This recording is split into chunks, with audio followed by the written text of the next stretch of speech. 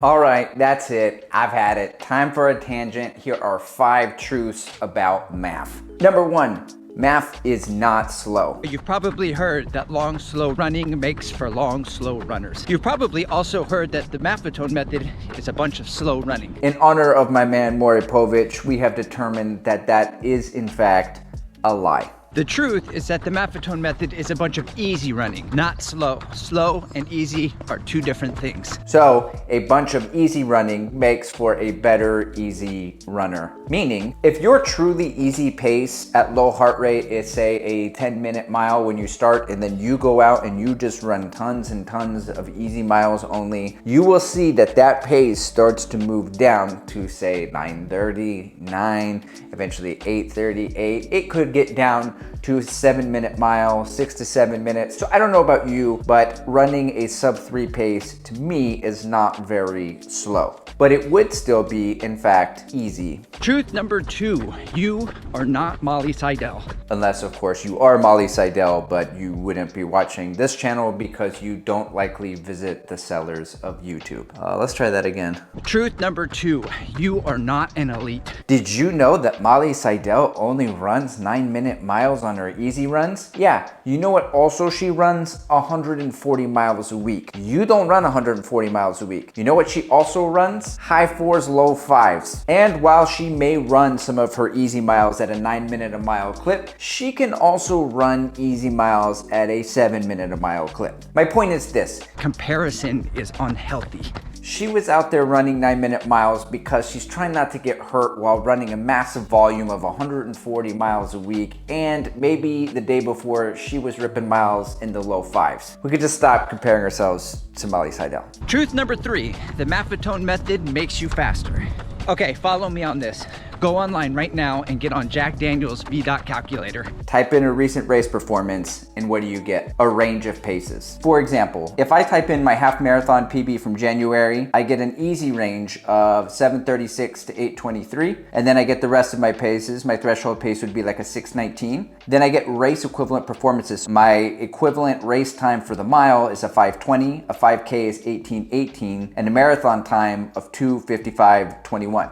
Now this makes a lot of sense. So my easy pace, my threshold pace, my marathon pace, these are all fractions of my top end pace. So the only way in which we are going to get faster is to take that faster pace and move it even faster, or take that easy pace and move that one faster. Enter the Maffetone Method. Okay, so I'm gonna use myself as an example again. When I first started my running journey, I did a half marathon time trial in about 1 hour, 48 minutes, and 40 seconds. I then started a Maffetone Method block where I did only easy running. So you could see the easy pace prescription is somewhere between a 9:39 mile and a 10:37 mile. And when I started the Maffetone Method, my first 5-mile MAF test was a 10:15 pace. So that tracks perfectly. Shout out to Jack Daniel's. After only 2 months of easy running, I ran 13.1 miles again, and this time in a 1:39:58. And then I incorporated speed work, which is a part of the Maffetone Method. And I ran the Austin Half Marathon, my first official race, in 1:34:39. And let's take a look at what that yields us. You can see that there's an easy pace between 8:30 to 9:22. And to be honest, most of my easy running by low heart rate was around 8:50 to 9:10 in that. So that's spot on with where I should be. So in conclusion, after 6 months of mostly all just easy running, my easy pace went from 10:15 down into the 8s. And as a consequence, my easy pace got faster, my moderate pace got faster, my faster pace got faster. Overall, I got faster. And this leads me to the uncomfortable truth number 4. I believe the Maffetone Method is just another fancy way of saying aerobic base building, period. Potato, potato, tomato, tomato. And this leads me to truth number 5. While the Maffetone Method does make you generally faster, it is best to run at race-specific pace paces and faster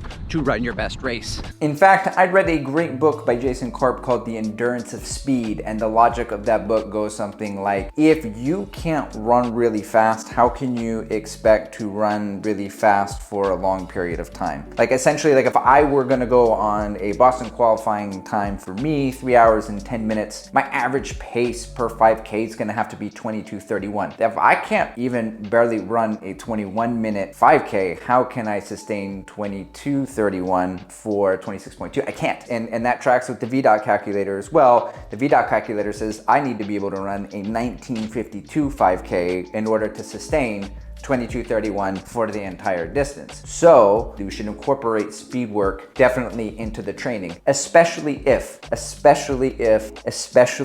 you never ran in high school or college. Like myself, I found running in the middle of my life, hence midlife runner. I started running and I'm not very fast. So I need to first build my aerobic base, which I did with the Maffetone Method, and then build in the speed work and now start to sharpen that high-end work. Truth number 6, ultimately, you have to run easy to run fast and run fast to run fast, and you don't have to run just one thing. Maybe both of them is happening at the same time. Ultimately, what does it mean for me? Coming up, I have the Buffalo Marathon on May 28th in the year of our Lord 2023, after which I'm going to take a week or two off and enter an aerobic base building period. I am sorry, a MAF block of about 3 to 4 months, after which I'm gonna do a speed block. Now, I'm gonna have to hire a coach for the speed stuff because I don't really know my way around the track. I mean, literally, I know my way around the track. It's just an oval, but you know what I mean? Like I don't know what the prescription, 600s, 200s, 1Ks, you tell me, because I don't know. After that, I'm gonna hop into a marathon block for the Boston Marathon. If I get in, fingers crossed. Truth number 7, YouTubers do not like to ask YouTube viewers to softly napalm that like button and to subscribe to the channel just as much as the viewers don't like to be asked to do that. So I'm not gonna do that.